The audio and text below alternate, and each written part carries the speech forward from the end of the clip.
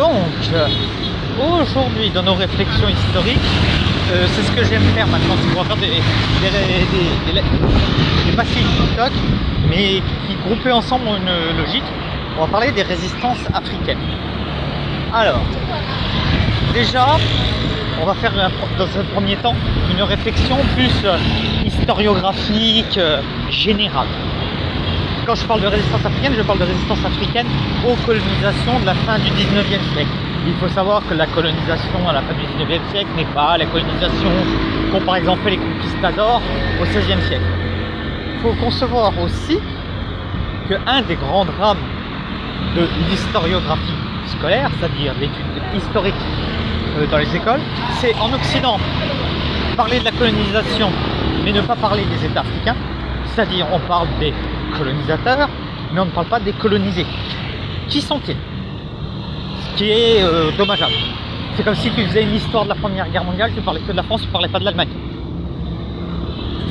Tu vois, il y a deux parties. Chose pourtant qu'on fait avec les grandes découvertes, on parle des empires Inca, Maya, Aztèques, salade tomate oignon, tu vois. En Afrique, on le voit un peu, mais on se concentre beaucoup plus sur les États africains et beaucoup moins sur les États européens. Ce qu'il faut, c'est avoir une démarche équilibrée. Comprendre que la colonisation se fait dans un continuum de temps particulier, que ce continuum de temps impose un contexte. Ce contexte est que l'Europe est en plein boom technologique, en plein boom économique, que avec la révolution industrielle, on se retrouve avec des États pétés de thunes, avec des capacités techniques supérieures à d'autres pays, des productions qui imposent des débouchés, donc des nouveaux marchés à créer, parce que tu as ton marché de départ, très bien, mais une fois que tu as vendu tes machines à ton marché de départ, il faut créer d'autres marchés, autrement tu entasses des trucs, et le stock n'est pas bon, et donc ça se pète la gueule.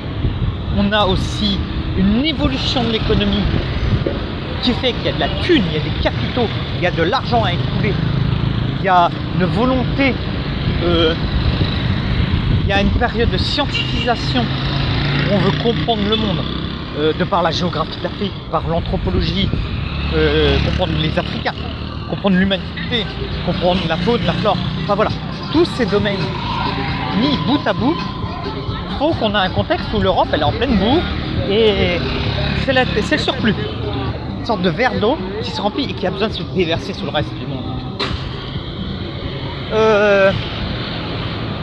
Autre élément, l'Afrique elle souffre, elle a subi pendant plusieurs siècles la traite atlantique, elle subit encore l'esclavage interne, la traite arabo-musulmane. Après, il faudrait faire une étude régionale pour comprendre où on va. C'est ce que je vais faire dans une autre vidéo. L'état de l'Afrique avant la colonisation. Alors déjà, il y a plusieurs Afriques. Il y a une Afrique du Nord, déjà qui souffre du déclin de l'Empire ottoman, ce qui touche Égypte, Tunisie, Algérie. On a des difficultés économiques, notamment parce que la Méditerranée est en déclin et une pression à la modernisation. L'Afrique de l'Ouest, elle, a un ensemble étatique assez récent qui remonte au 16e, 17e siècle, parce que le déplacement du centre économique qui était au Sahel pendant le Moyen-Âge s'est décalé sur les côtes avec l'arrivée des Blancs. Et donc on a des États plutôt récents et on a aussi encore des mouvements de population, on a tout le djihad avec ses Touré et tout ça.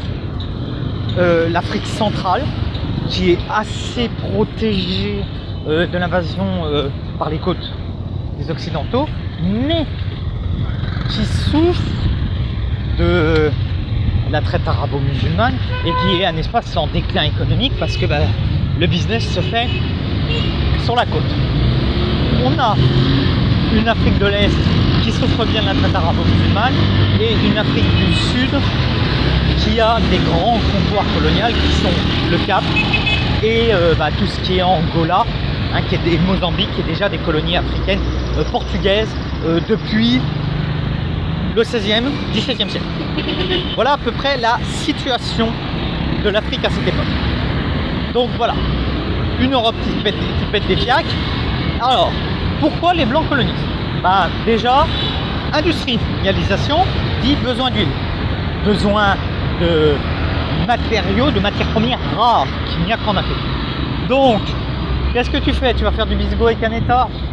C'est pas stable, l'Afrique n'est pas stable à cette époque-là. Donc, vaut mieux être propriétaire de la mine, ça évite les emmerdes. Besoin de nouveaux marchés à découler, une envie scientifique d'explorer le monde, une putain d'envie de civiliser. C'est quand même, la majorité sont des pays droits de l'homiste qui se disent bon, nous sommes civilisés, nous avons la puissance. Pourquoi nous avons la puissance? Parce qu'on est les meilleurs. Donc vu qu'on est les meilleurs, on a le devoir d'aller coloniser tout le monde. Après cet argument, et c'est pour cacher le vernis un peu économique, hein. On s'en fout de civiliser les Africains. Mais vraiment, on s'en fout. Civiliser ne nous intéresse pas, c'est business. Mais bon, on peut pas le dire clairement, donc on emballe ça derrière un vernis. Il est vrai aussi une volonté de mettre à bas toutes ces histoires d'esclavage, parce que l'esclavage n'est plus rentable. L'économie a fait assez de progrès par le capitalisme pour se passer de l'esclave. L'esclave n'est pas rentable. L'ouvrier est plus rentable. L'esclave, tu es obligé de l'acheter, de le nourrir, de le loger. Alors qu'un ouvrier, c'est simple. L'ouvrier, tu lui donnes une misère, il se démerde pour se loger, il se démerde pour se nourrir. Et si il vient à crever, tu n'es pas obligé de le racheter. Tu te démerdes assez bien pour qu'il y en ait 10 qui veulent prendre sa place. Comme ça, dès qu'il est mort ou qu'il ramène un petit peu sa gueule, changer, switch. Vous voyez? Le capitalisme a rendu caduque l'esclavage. Parce que le capitalisme a transformé l'homme comme un bétail. Sauf que là, tu n'as plus le droit, il n'est plus sous ta propriété. Et donc, tu as moins d'emmerde. Alors, au coucher du soleil, alors déjà les résistances, il y a des résistances déjà non structurelles, qui sont celles des peuples. Et des peuples qui se sont révoltés d'eux-mêmes. Soit ils ont été attaqués les colons, soit après, une fois que la colonisation est faite, c'est du sabotage. Le bon vieux sabotage à la papa, hein.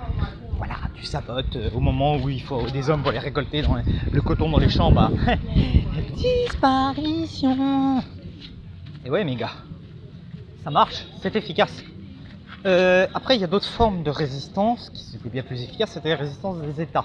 Donc on avait les États marchands dans le Sahel, notamment à Maury Touré, qui a résisté pendant plus de 20 ans. Hein. Petite guérilla des familles, c'est efficace. On a les résistances des États même, hein. Les Ashantis qui ont fait 7 guerres contre les Anglais, les Ashantis qui sont situés dans le Ghana actuel. On a les résistances aussi, pas de n'importe, du Dahomey, 2 guerres contre la France. On a les résistances de l'Éthiopie, 1er mars 1896, bataille d'Adoua. Ils ont mis une branlée aux Italiens et ils ont gardé leur indépendance. Malheureusement, la majorité de ces résistances a été vouée à l'échec pour des questions techniques, matérielles. Puis à un moment, voilà quoi. C'est un peu comme si Manchester City venait taper une équipe de 5e division quoi. À un moment, il y en a certains qui ont mieux résisté, mais à la fin, malheureusement, ça a été voué à l'échec. Et ça a donné la situation qu'il y a. Mais les résistances ont continué. Comme je vous ai dit, après la colonisation, il y a eu des mouvements de sabotage, il y a eu des mouvements de révolte, ce qui a donné le génocide des Héréros, notamment en Namibie. L'Algérie n'a été que pacifiée au début du XXe siècle. Ouais, elle a été colonisée en 1830.